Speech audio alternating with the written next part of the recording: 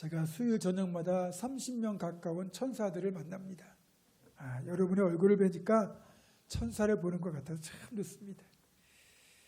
우리 인사 한번 할까요? 그럼 이렇게 천사를 보는 것 같습니다. 옆에 분들은 인사해 보세요. 예. 여기 등 한번 만져보세요. 혹시 날개 안 돋았나? 이제 오늘부터 이제 야고보서에 이어서 베드로 전서와 후서를 이제 수요일 저녁마다 여러분과 나누어 보려고 하는데, 베드로는 여러분이 말하지 않아도 잘 아시고 안 믿는 사람들도 베드로의 이름 정도는 압니다. 그렇죠? 그런데 베드로 사도가 쓴 편지인 베드로 전서와 후서를 우리가 잘 이해하려면 베드로가 어떤 사람인지부터 우리가 사실 제대로 알아야 이 편지에 대한 이해가 좀 더 쉽습니다. 베드로의 원래 이름이 뭐죠? 베드로의 원래 이름 예. 베드로의 아버지는 누구예요? 자, 요한복음 1장 42절 찾아보겠습니다. 요한복음 1장 42절. 야, 베드로의 아버지를 모르시네. 본 일이 없는데 어떻게 알겠어요, 그렇죠? 저희 아버지 함자 모르시죠? 다미 목사 아버지 함자도 모르시는데 베드로 아버지를 어떻게 알겠습니까? 요한복음 1장 42절. 마태, 마가, 누가, 요한복음입니다. 요한복음 1장 42절.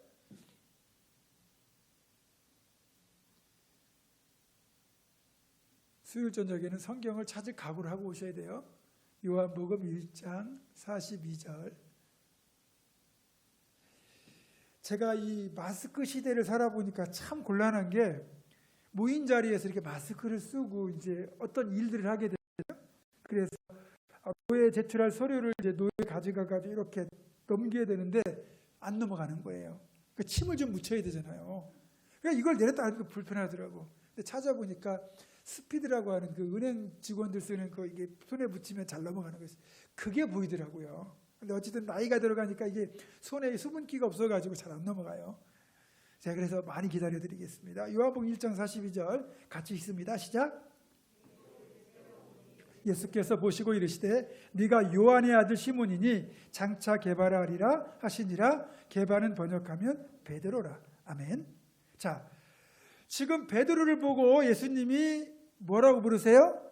네가 누구의 아들? 요한의 아들 시몬이니 장차 게바라리라. 자, 여기서 베드로의 이름 세 가지가 다 나오죠. 베드로, 그 다음에 시몬, 게바. 베드로를 불렀던 세 가지 이름이 베드로와 시몬과 게바예요. 자, 시몬이란 말은 듣는다는 뜻이에요. 들음. 근데 이 시몬이란 이름을 가진 베드로에게 주님이 별명을 하나 주시죠. 새 이름을 지어주시죠. 그게 뭐예요? 게바. 근데 게바는 번역하면 또 뭐래요? 베드로라.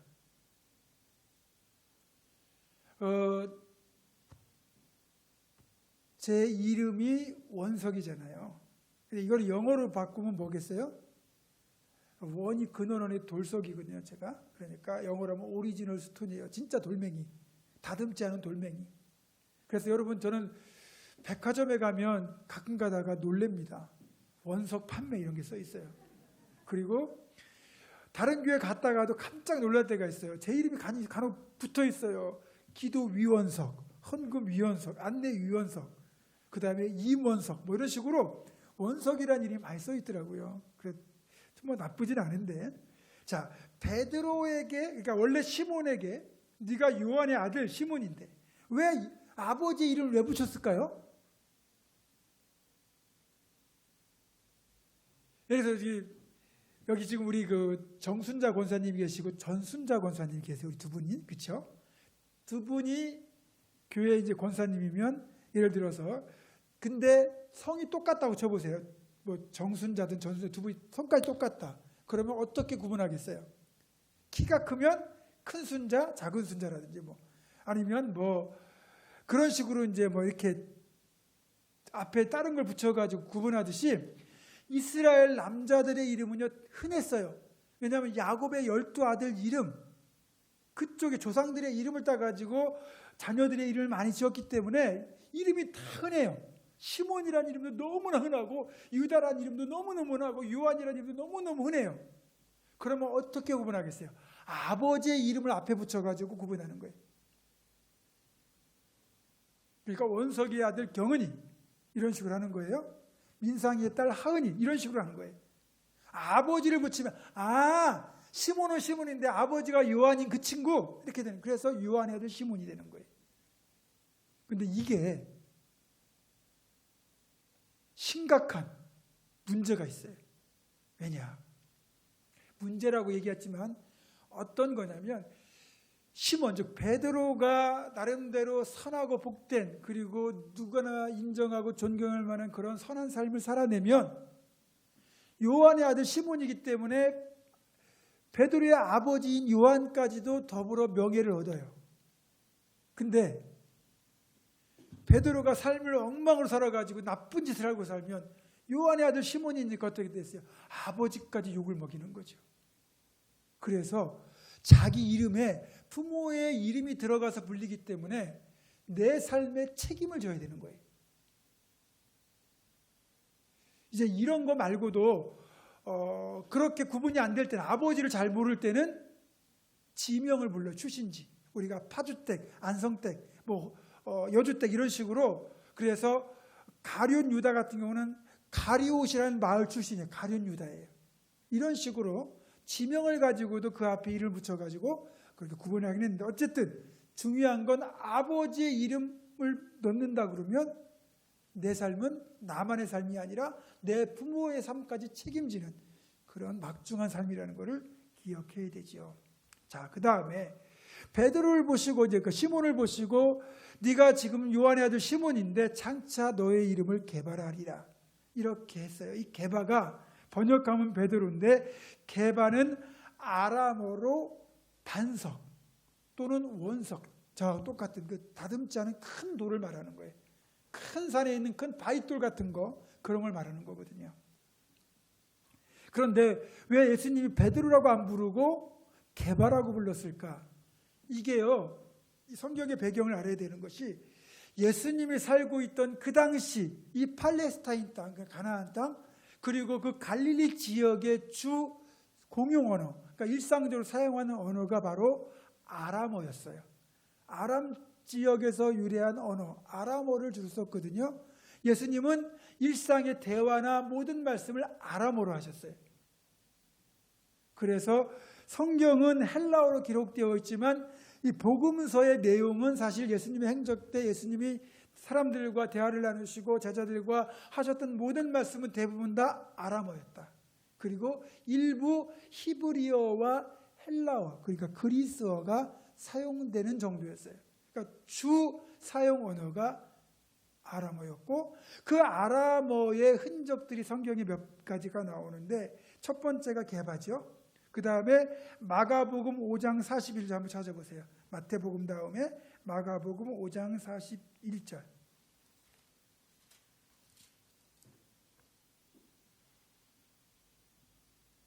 마가복음 5장 41절.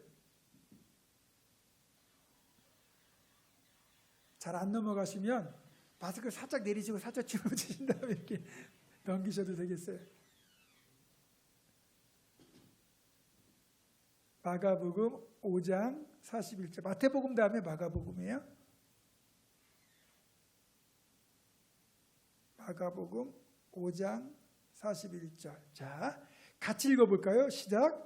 그 아이의 손을 잡고 이르시되 달리다 쿰 하시니 번역하면 곧 내가 네게 말하노니 소녀야 일어나라 하심이라. 여기 번역하면이라 나오죠. 번역하면. 앞에 번역하면 베드로라 똑같은 거예요. 그러니까 예수님이 소녀 죽었다고 여겨지는 그 해당장의 딸 야이로의 딸 그 소녀의 손을 잡고 주님이 달리다 쿰 그러셨어요. 그러니까 이 사람들이 달리다 쿰 하면 지금 이 복음서를 읽는 사람들이 유대인들만 읽는 게 아니고 그 아시아, 그리스, 이탈리아 이 전역에 퍼져 있는 헬라어를 사용하는 사람들에게 이게 지금 읽혀지는 복음서잖아요. 그럼 이 사람들이 달리다 쿰 했다고 그러면 이게 뭔 소리야 이러잖아요. 달리다 쿰은 번역하면 헬라어로 번역하면 내가 네게 말하노니 소녀야 일어나라 이런 뜻이라는 거예요. 그러니까 예수님이 평상시 사용하던 게 달리타쿰이죠. 자, 그 다음에 마가복음 7장 34절, 거기서 두 장만 뒤로 넘어가면 돼요. 마가복음 7장 34절. 그대로 마가복음 그대로 해서 7장 34절.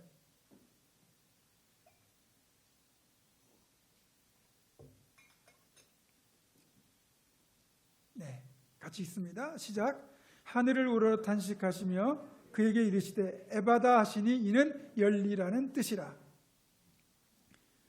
예수님이 귀 먹은 사람 그 사람의 손가락을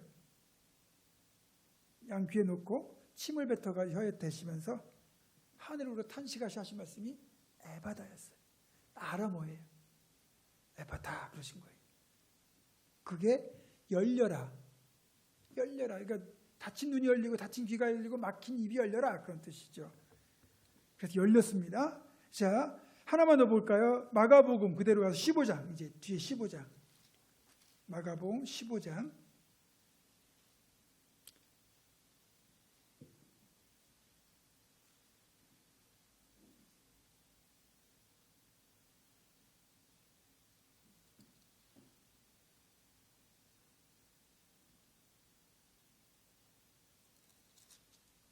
(34절)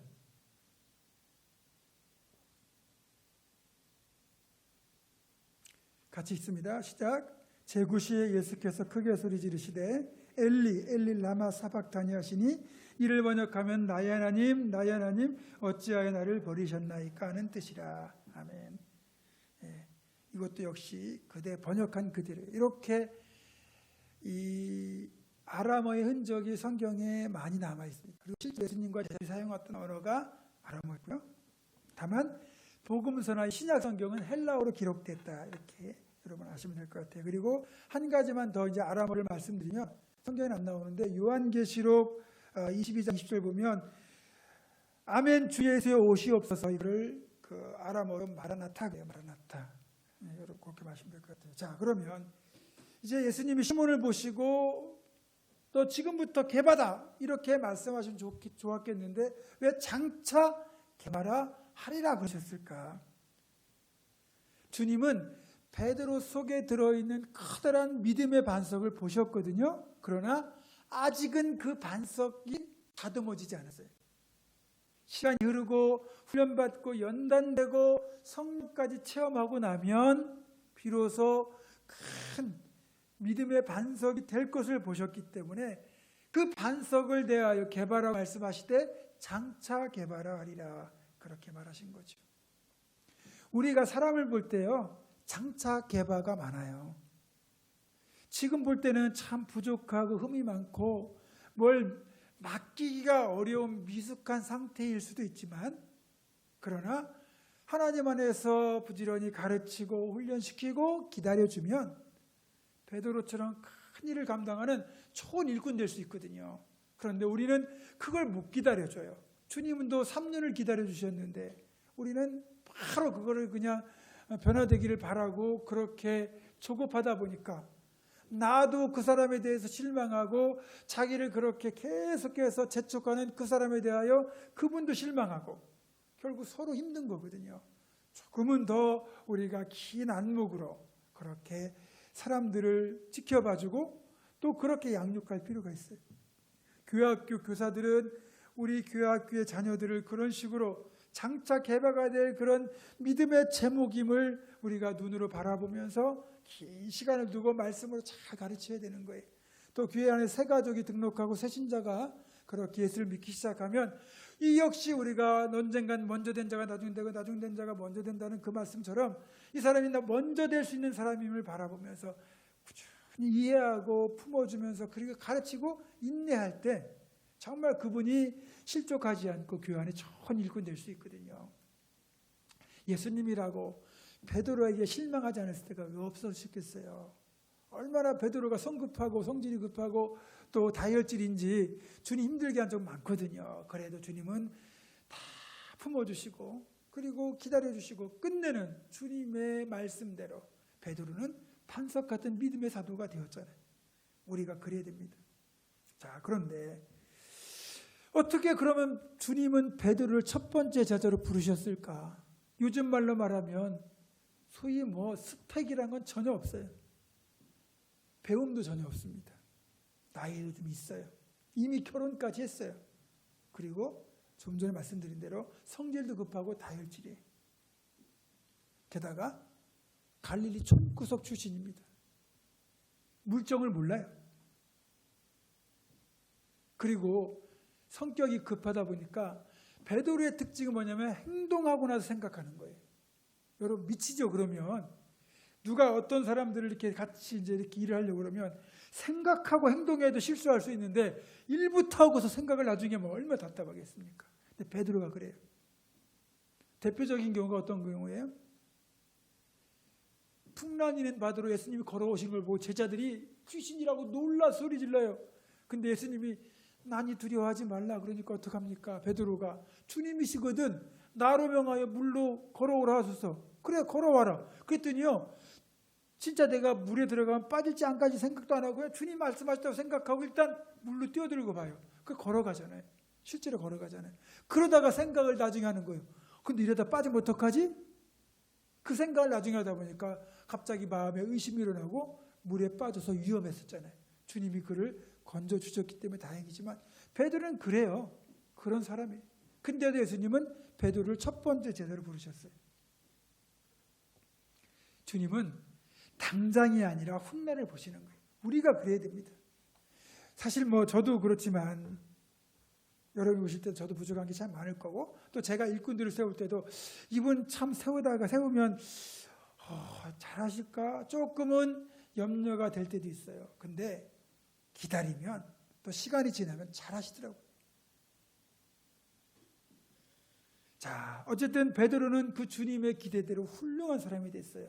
그래서 로마 카톨릭에서는 베드로가 마태복음 16장 16절에서 주는 그리스도시요 살아계신 하나님의 아들이십니다라는 신앙 고백을 하잖아요. 그 고백을 듣고요. 이 고백 위에 내가 믿음의 교회를 세우겠다. 그렇게 말씀하시거든요. 근데 그 고백을 가톨릭은 베드로에게 교회의 수익권 최고 높은 자리를 차지하는 권한을 준다고 해석을 조금 잘못해가지고 베드로를 일대 교황으로 그렇게 인정을 하죠. 어쨌든 베드로는 로마 카톨릭에서는 첫 번째 일대 교황이 됐고 그리고 로마 카톨릭의 총본산인 바티칸 시국 그 안에 있는 그들이 세운 엄청난 규모의 크기의 그 대성당이 베드로 성당 아닙니까?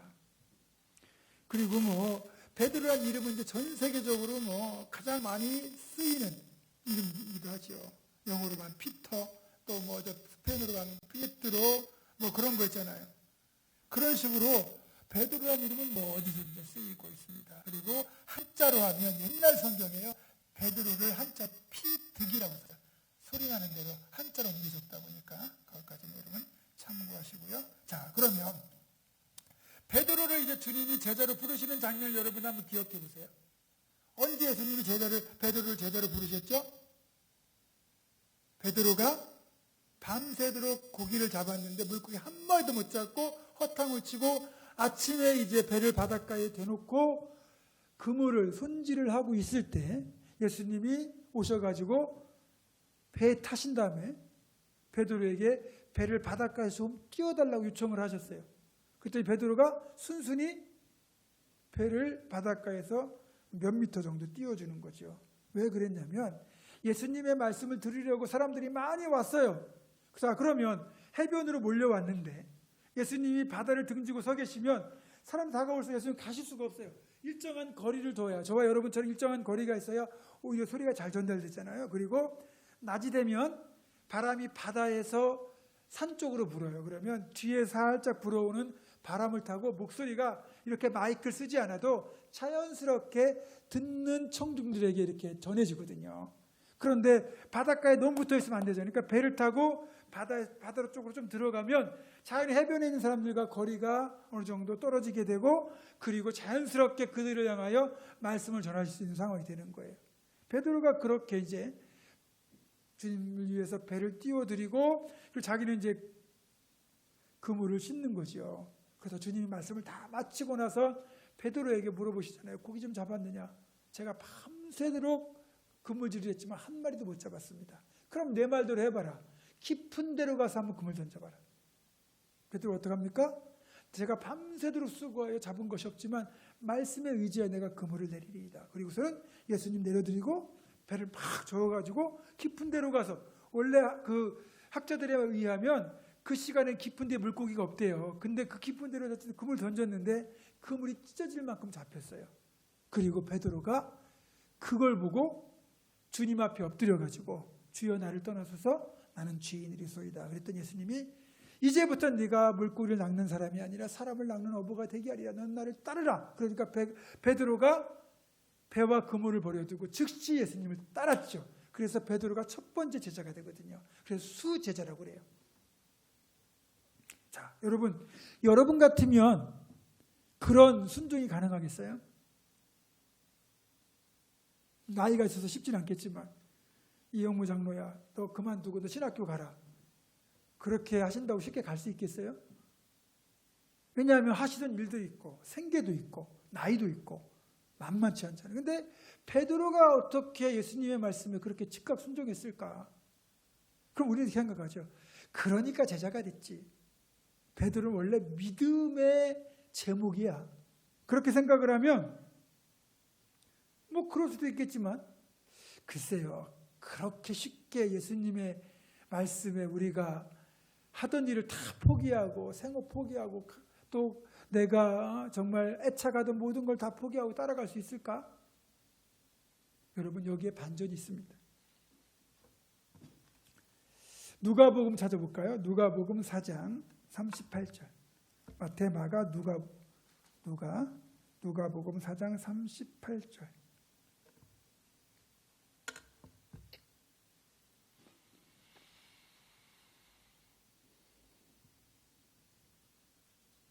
누가복음 4장 38절 39절.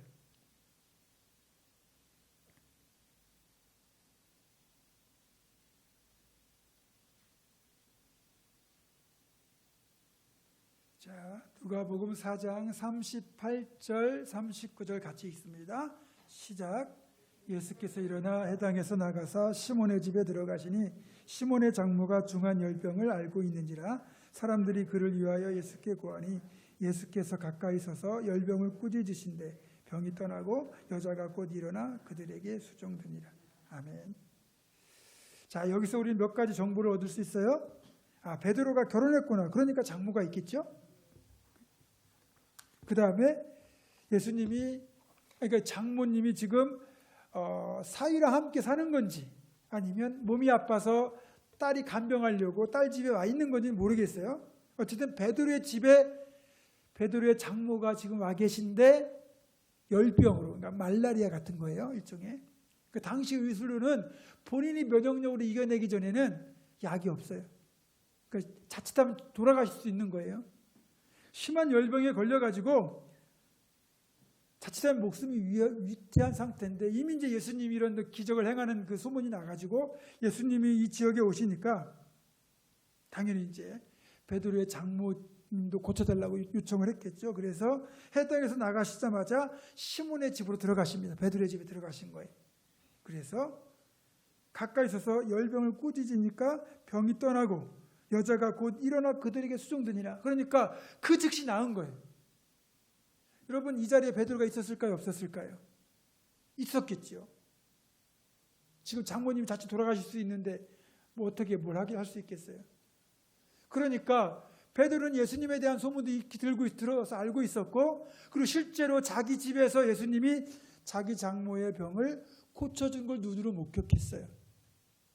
예수님에 대해서 어떻게 생각하겠어요? 보통 분이 아니구나. 특별한 분이구나. 선지자이신가? 혹시 그 예언에 나오는 메시아일까? 베드로의 마음에 이미 예수님에 대한 다른 일반적인 시선이 아니라 특별한 시선이 이미 이제 자리 잡고 있는 거죠.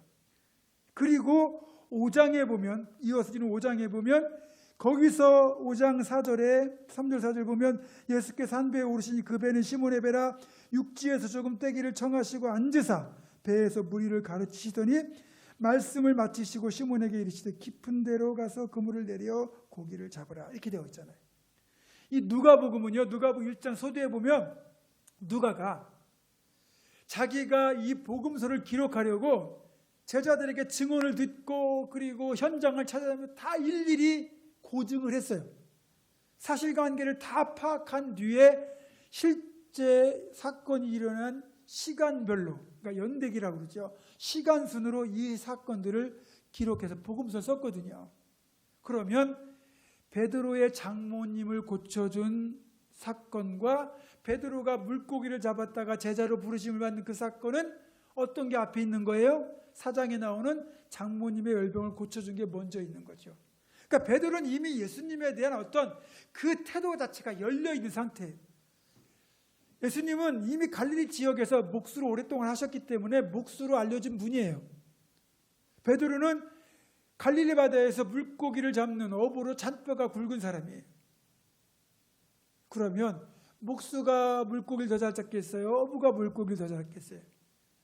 가구를 고치고 만드는 일이라면 예수님이 더 잘하시겠죠. 하지만 물고기를 잡고 물때를 알고 물고기 어딘지를 잘하는 건 베드로가 전문이에요. 그런데 그런 물고기 잡는 것에 대한 전혀 문외한일 것 같은 예수님, 그 목수 출신의 예수님의 말씀만 듣고도 그대로 순종해서 그물을 내렸다? 그거는 쉬운 일이 아니고요. 이런 사건을 통해서 이미 예수님을 경험했기 때문에 그렇게 베드로가 순종할 수 있었던 거예요. 물론 이 순종도 위대하죠. 그래서 우리가 성경을 대할 때 귀납법으로 대해야 됩니다. 여러분 그 철학의 그 논증법 중에 대표적인 게 연역법과 귀납법이 있어요. 연역법은 진리로부터 개별적인 사실을 유추해내는 거고요. 귀납법은 개별적인 사실들을 모아서 전체 진리를 만들어내는 거예요. 예를 들면 이런 거예요. 사람은 누구라도 다 죽는다. 아브라함도 사람이다. 베드로도 사람이다. 아브라함도 죽었고 베드로도 죽었다. 고로 모든 사람은 죽는다. 나도 죽는다. 그러니까 모든 사람은 죽는다는 전제에서 나오다 보니까 나도 죽게 되는 거예요. 그게 연역법이에요. 자, 그런데 이런 어떤 그 연역법적인 전제를 신앙의 세계에 이걸 도입을 하게 돼, 적용을 하게 돼. 어떤 문제가 나오냐면 베드로는 위대한 믿음의 사람이다. 믿음의 사람은 순종을 잘한다. 그래서 베드로는 깊은 데로 가서 그물을 내리라는 주님의 말씀에 순종했다. 그러면 나와는 베드로가 거리가 먼 사람이 돼버려요. 베드로는 그렇게 믿음이 있었으니까 순종하지. 나는 믿음이 없고 나는 부족하기 때문에 그렇게 못해. 그러면 베드로가 부럽기를 하지만 나는 그런 믿음을 가질 수가 없거든요. 아브라함은 믿음의 조상이잖아요. 믿음의 조상은 믿음 순종의 대가잖아요. 그래서 아브라함이 그래서 순종한 거다. 이렇게 되면 나와 아브라함도 아무 상관이 없어요. 근데 귀납법적으로 적용을 하는 거죠. 베드로도 사람이다. 아브라함도 사람이다. 그런데 베드로도 그렇고 아브라함도 그렇고 다 연약한 사람이더라. 베드로도 성질이 급하고 행동부터 하는 사람이고 아브라함도 자기 살겠다고 거짓말한 사람이더라. 그런데 하나님이 아브라함을 쓰시니까 위대한 순종의 사람이 되었다. 베드로를 예수님이 들어 쓰시니까 위대한 사도가 되었다. 나도 흠이 많고 약한 사람인데 나도 하나님이 들어 쓰시고 예수님이 날 택하시면 나도 그렇게 쓰임받을 수 있다. 이렇게 적용을 하게 되는 거예요. 이게 귀납법적 적용이에요. 그러니까 철학의 세계에서는 이 연역법이 더 맞을지 몰라도 이 신앙의 세계에서는 귀납법적인 접근을 해야 이게 나에게 유익이 됩니다. 아, 베드로 같은 사람도 그렇게 하나님이 연약한 사람인데 먼저 기적을 체험하게 하시고 경험하게 하시고 그리고 그의 약점에도 불구하고 훈련시키시고 기다려주니까 그렇게 위대한 사도가 될 수 있었다. 나도 이렇게 체험하고 또 나도 주님 안에서 그렇게 주님의 손길로 다듬어지면 나도 주님을 위한 큰 일꾼이 될 수 있구나. 그렇게 우리가 소망을 가질 수 있는 거잖아요. 그래서 부족한 나지만 주님 나를 택하셔서 사용하여 주옵소서. 그렇게 우리도 드려질 수 있는 거예요. 이제 우리가 베드로서를 이제 다음 주 살펴보겠지만 그런 마음으로 우리가 베드로도 연약한 우리와 똑같은 사람이었고 우리도 똑같이 베드로같이 연약한 사람이지만 우리도 주님 손에 붙들리면 베드로도 주님 손에 붙들리면 그렇게 주님을 위하여 살아가는 사람이 되는구나. 그걸 기억하면서 어쨌든 우리들 나의 연약함을 뛰어넘은 나를 통해 역사하시는 하나님 바라보면서 다시 한번 믿음의 결단이 있기를 주님의 이름으로 축원합니다. 기도하겠습니다. 하나님,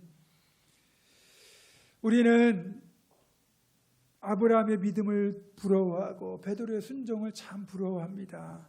그들이 참 믿음이 좋아서 순종을 잘해서 쓰임받은 것이 아니라 그들의 연약함에도 불구하고 그들의 부족함에도 불구하고 하나님이 그들을 택하셨기에 위대하게 쓰임받은 것을 우리 기억하면서 나도 부족하고 연약하지만 하나님이 나를 쓰시면 나도 그렇게 쓰임받을 수 있음을 기억하면서 주님께서 나를 만약에 부르신다면 기꺼이 부르신 대로 순종하여 아브라함처럼 베드로처럼 또 위대하게 쓰임받는 믿음의 사람이 되게 하여 주옵소서. 예수님의 이름으로 기도드립니다. 아멘.